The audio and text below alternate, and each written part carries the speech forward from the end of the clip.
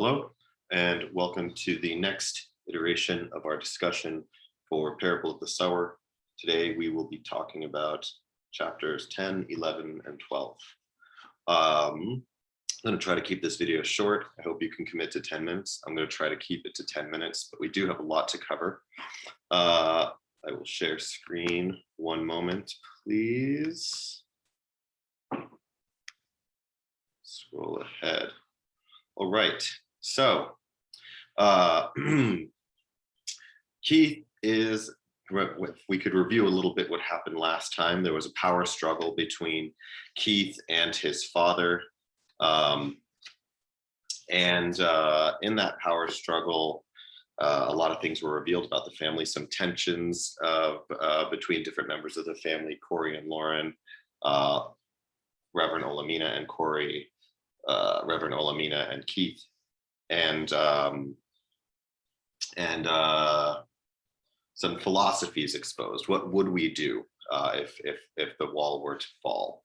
What should we do in the face of so much danger around us? And Keith made his choice. Keith's answer to that question is go out into the world, and no matter how many times he gets knocked down, he keeps picking himself back up to see if he can make it work in the scary world that is the criminal Los Angeles that they know, that is similar to but different than the one we know. So Keith comes back. He keeps coming back to give his mother and his family money, and Lauren coerces him into telling her what his life is like out there, because she wants to know. She wants to know, when this wall falls and I have to go out on the road, what are things going to be like? And she has to coerce him with a hot meal, which she assumes he hasn't had in a while, and correctly so, right? We could see Lauren's subtle manipulation of her brother. And what he tells her, the portrait that he paints of what it's like out there, is not pretty, right? He tells her that it's kill or be killed out there. He tells her that if you have useful skills, you can go a long way. And that's one of the things that he's done to make money and have a place to live. He's offered his ability to read and write to some criminals who steal technology all the time, but it's broken and they don't know how to fix it. But he does, because he can read the manuals. He tells her about his first night out there when he met up with some guy, or his first few nights out there, when at first he slept on a piece of cardboard, and then he came upon a man who said he was headed to Alaska, and Keith makes the decision to kill that man to steal his cash, steal his gun, steal his sleeping bag. And Keith reasons that man was never going to make it to Alaska, right? And we have a really important lesson here. What is Octavia Butler trying to teach us with this lesson about the man who is going to Alaska, right? The man who's going to Alaska had his guard down. The man who was going to Alaska was trusting, right? And this is a story about trust, right? Lauren shames Keith for killing the man who was going to Alaska, but Keith reasons that kid was never going to go to Alaska. I did that guy a favor, right? He tells Lauren about these crazy people who take a drug that makes watching fire better than sex for them, and that these people are super, super violent. So Lauren, and he also says that she'd never make it in a minute out there because of her hyperempathy syndrome. So we're seeing a reoccurrence of themes around community, right? Keith goes out there and becomes part of a different community. It's a criminal community. It's a community that's about the rules are kill or be killed. If you have skills, you can share them, right? Very different community than the one that they're used to. And of course, eventually, one day, Keith's body turns up near their neighborhood. And it has been, so, the police reason that it's likely that he somehow was caught stealing from the criminals he was working for, or maybe he also told them, he had told Lauren that they knew about the place where he came from. And so maybe they killed him and took his keys to the neighborhood so that they themselves could get access to it. Whatever it was, Keith was killed in a brutal way cauterizing all of the wounds around of his whole body, leaving his face in a way that the police say was meant to send a message. And the police also accuse Reverend Olamina or try to accuse Reverend Olamina of committing the murder after they hear of the fight that he and Keith had. And Lauren closes the chapter thinking, what if everybody could feel the pain that I feel? Nobody would kill each other. So after, so I guess this is going to be a 15-minute video, 12 to 15 minutes. Sorry, guys, I can't, it's really hard to cover 3 chapters in 10 minutes. Okay, so after Keith is killed, the robberies get worse and worse. There are 7 robberies after Keith is killed, implying that the robberies are because of Keith's deaths, right? They maybe tortured him to find out the defenses of the neighborhood, how to get in, took his key, and now it's getting worse and worse. And the community is getting scared, right? What are they going to do? They can only defend themselves so much against people who are coming over the walls. The walls are being revealed to be weaker and weaker. So, of course, over the radio, there comes news that there is a town called Olivar that is a water salination plant, and in a world without water, a water desalination plant. In a world where water is a precious resource, a town that removes the salt content from seawater would be a booming industry town, right? But because the government of the United States and the government of California is collapsing, they are starting to do something that's very common. They are privatizing public facilities like this desalination plant, and they are selling it to a company called Kogito, Frampton and Stan, KSF, which is a Japanese, German, Canadian company.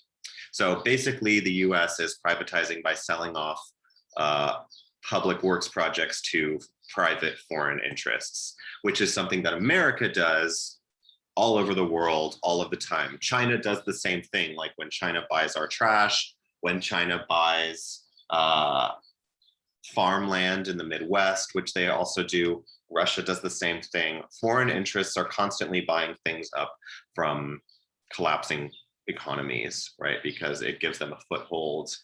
And also they don't have to follow their own laws in their own countries. They escape paying taxes that way.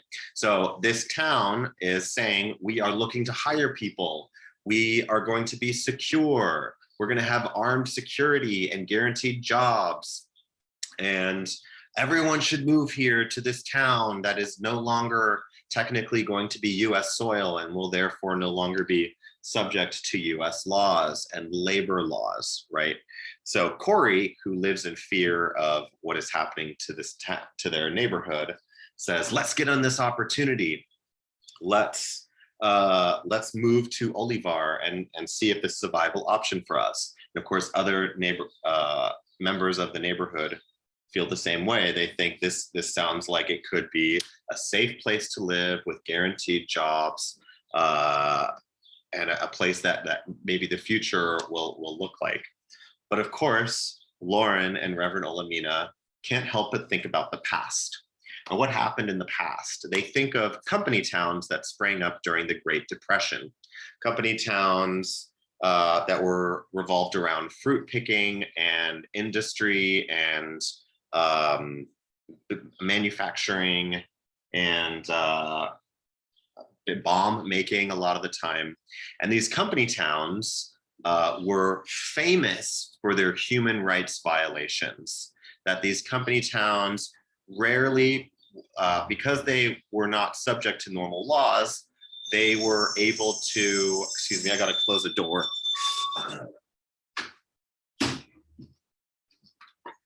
Because they were not subject to normal laws, they were able to pay whatever they wanted, and it might be below a living wage. What was considered safe and comfortable housing was also widely open to interpretation. Not to mention, they had their own stores and they had their own forms of currency.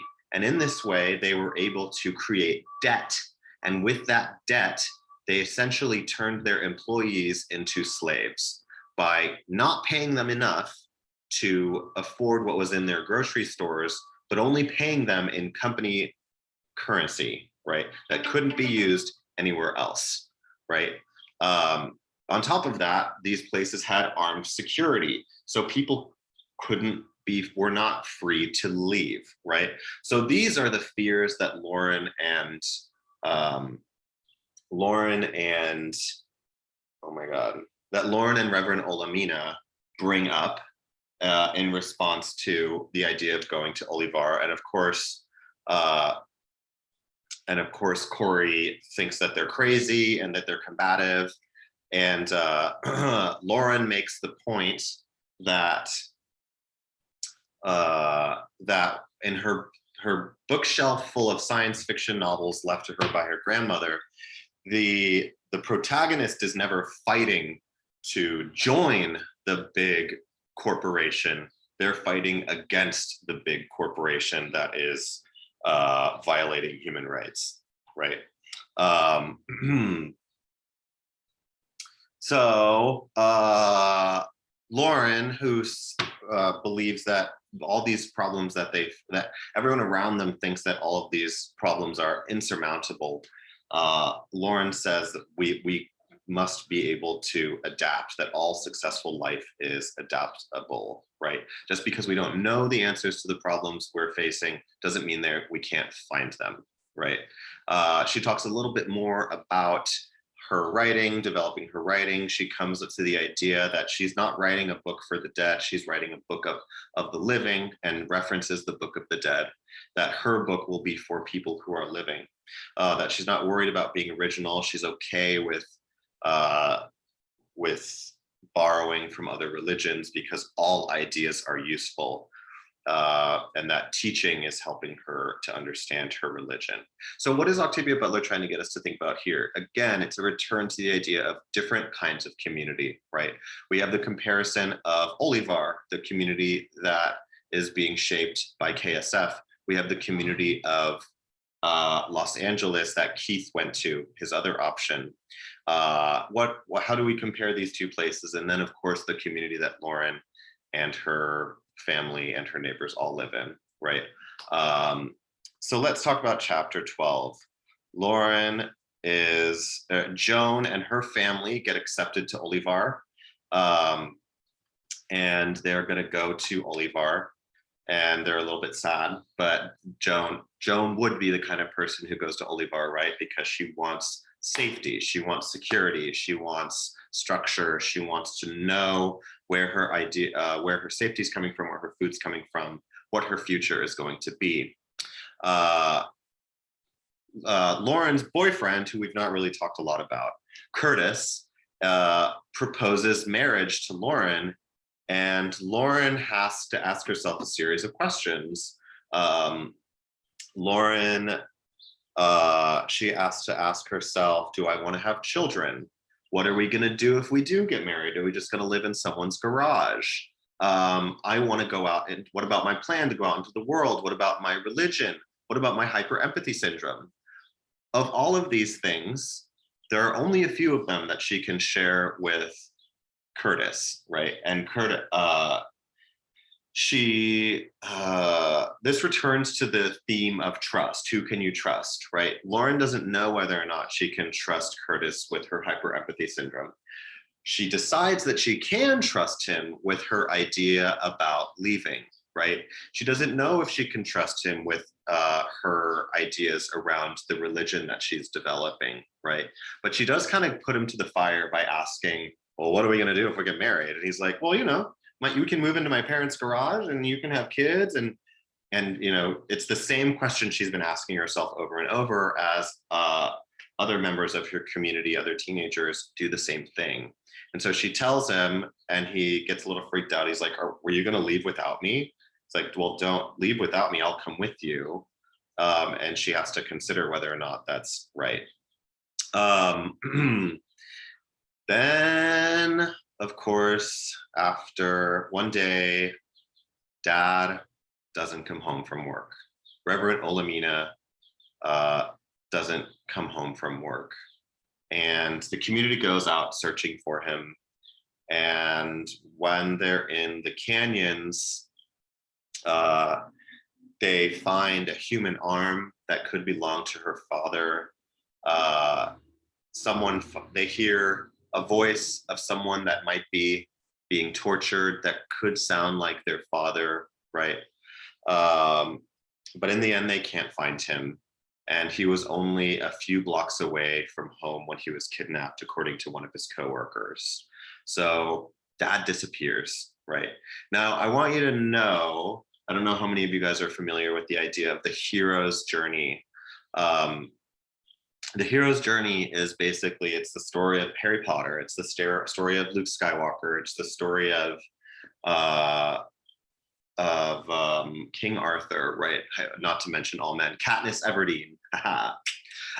These are all people who are destined to be heroes. And in the beginning of their stories, they have a mentor. And eventually that mentor has to die for them to move into their position as the leader, right? Dumbledore has to die, Merlin has to die, Obi-Wan Kenobi has to die, Senna has to die. All of these people who kind of guide the way that the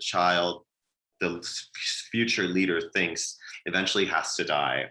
And right on cue, after Lauren's father dies, Lauren goes to the funeral, or not funeral, but during one of the first masses after his disappearance, Lauren steps up to preach, right? Lauren steps into her father's place to deliver her own sermon. And when she does so, she can feel the energy of the crowd responding to her words. She makes the conscious decision to change her message about having to plan for the worst, right? So we have our main character, Lauren, developing in the face of crazy change. In these chapters, we see the different options that Lauren has in her future. The company, does she go to the company town of Olivar? Does she go to a place like Los Angeles where Keith is killed? Does she go to, does she try to double down and do what her father did and maintain the community? Or does she head north? There's so many possibilities and questions that she's facing as her brother dies, as her father dies, as the community sees more and more robberies, as people start leaving for different locations, right? Some of the main themes, that opening passage, as we move into a new book, civilization is to groups what intelligence is to individuals. It is a means of combining the intelligence of many to achieve ongoing group adaptation. Civilization, like intelligence, may serve well, serve adequately, or fail to serve its adaptive function. When civilization fails to serve, it must disintegrate unless it is acted upon by unifying or internal and external forces. So in these chapters about the right place to live, the right way to live, the right way to live with each other, right? She's talking about how our intelligence can either save us or destroy us, right? It's going to save us if we can prepare for the future, if we can apply the skills we have. It's going to destroy us if we rely too much on it and let the world around us start to devour us because we're waiting for things to get easier. We're waiting for things to make sense. Chapters on community. Why are company towns trapped? Some questions. Why can't cops be trusted? The cops repeatedly in these chapters prove themselves to be sort of useless. What forms of civilization are being depicted? What is civilization? Why does it form? It's conscious community. It's protection from danger or harm. It's more than one family. Who decides what forms a civilization? Is it employers, like in the town of KSF?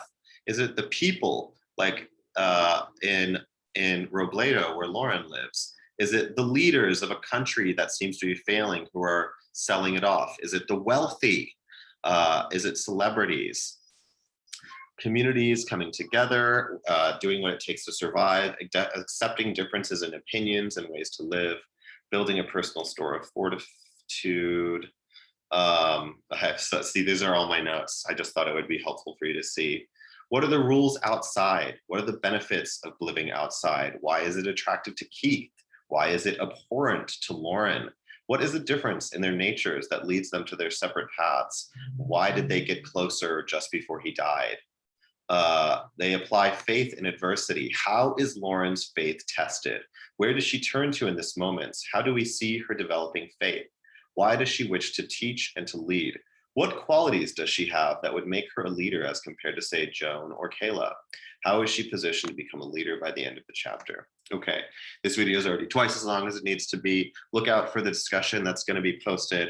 And this is what we're talking about this week. Our next major assignment is the midterm, where it'll be a test on Parable of the Sower. If you are not caught up, get caught up.